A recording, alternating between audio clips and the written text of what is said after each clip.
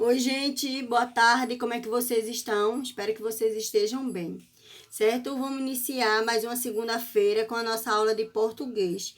Então, vocês vão lá na página 174, que hoje nós vamos revisar a voz ativa, as vozes verbais, que é a voz ativa, a voz passiva, analítica, certo? Essas duas vozes. Vamos revisar, fazer a atividade no caderno, ok?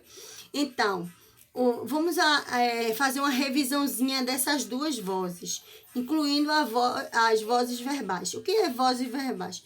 A função das vozes verbais, ela indica se o sujeito pratica ou recebe, sofre a ação verbal de uma oração. Não é isso que eu já expliquei para vocês?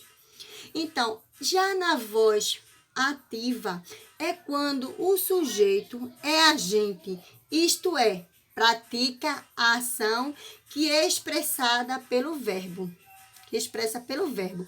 Então, se eu faço uma frase assim, o professor reprovou. Quem é aí o sujeito? O professor. Por que o professor é o sujeito? Porque o professor é quem praticou a ação da frase. Não foi isso? Quem reprovou? O professor. Não foi o professor que praticou a ação de reprovar? Muito bem. Reprovou. Reprovou quer dizer o quê? Verbo na voz ativa, porque a ação aí é praticada pelo sujeito que vem lá na frente, certo? Muito bem. E a voz passiva analítica é usada para indicar o que o sujeito da oração sofre a ação verbal.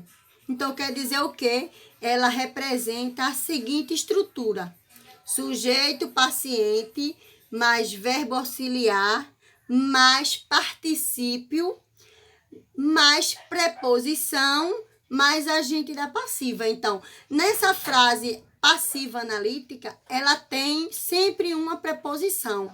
Ela vem sempre acompanhada com uma preposição. Como exemplo, este cartaz foi realizado pela turma de Emily. Vou botar M da sala de vocês, M. Então, este cartaz quer dizer o quê?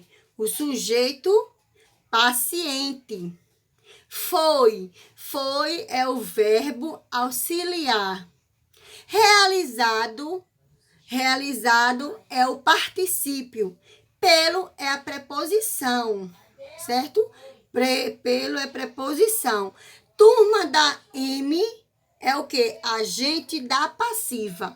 Ok, gente? Então, até aí é uma revisão geral do que eu já dei para vocês, explicadinho, tudo direitinho, certo? Aí agora vocês vão lá na sala de atividades e respondam atividades que eu vou deixar para vocês, ok? Beijos, fiquem com Deus e até a próxima, ok? Tchau!